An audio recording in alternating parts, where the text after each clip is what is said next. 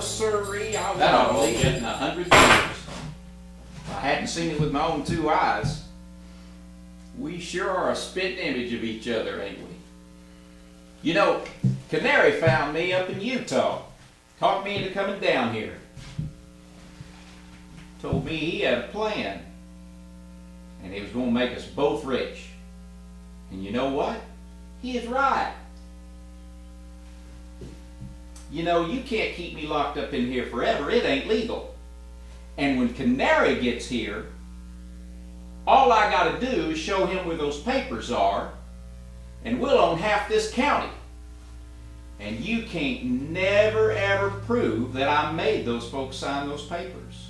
And if you try, well, heck, half of them are still convinced that it was you that done it. How's that for Canary's planning? You're right, Raven. I can't keep you locked up forever. I'm going to go see Judge Brewster. He's had some run-ins with the Canary kid, and he knows how to handle him. If this is Canary's plan, there's bound to be some holes in it somewhere.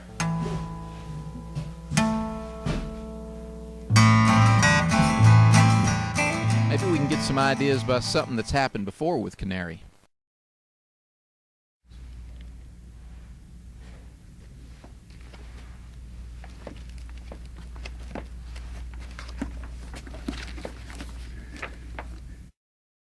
I'm looking for loopholes.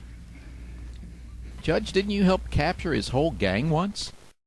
Well, you know what? Yeah, it's interesting you asked that because 50 years and 50 pounds ago. Well, howdy, lawman. Figure anything out? Well, you know what? I hid them papers so good, you could look for 100 years and never find it. That's how good I hid them. But I know right where they're at. Nobody knows but me. Well, I've got some good news for you, Raven. See, the judge and I figure that you got to talk to Canary to let him know where those papers are. And the judge says those papers have to be filed at the county seat within the next 2 weeks.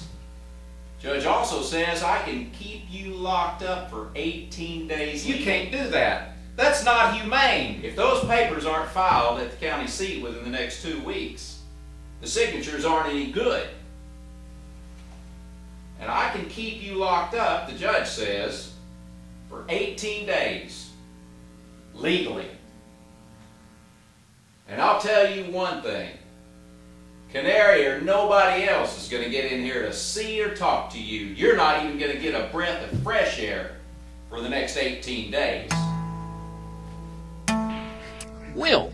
Yeah, that's Bob. Yes. I'm dyslexic, so I can say Bob. My name's Palindrome. Very nice to meet you. Palindrome. Palindrome, that's right. All right. You played Sugarfoot for 4 years? Yeah. 4 years. And I'm not supposed to say In that time, you should have gotten to know the character pretty good. And it's been, what, about 47 years ago? I always say 50 years and 50 pounds ago. 50 years and 50 pounds ago. Well, seriously, where do you think Sugarfoot would be today? What do you think he would be doing if they cast like if there was a Sugarfoot, just like a special movie of the week? Where would Sugarfoot be? Well, you know what? Yeah, it's interesting you asked that because a few years ago, a lawyer in New York called me up. He got in touch with me, and he had an idea of reuniting Cheyenne, Bronco, and Sugarfoot into a later day era where Teddy Roosevelt was president, and the show would take place in New York, in the city, on the docks or something. And I had a great title for it. Cheyenne and Bronco and Sugarfoot get hip replacements.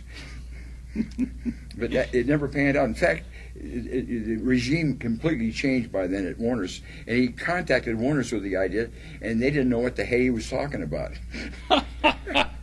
How soon they forget. Sugarfoot who? Well, the folks watching this know exactly who we're talking about. I'm sitting here with Will Sugarfoot Hutchins.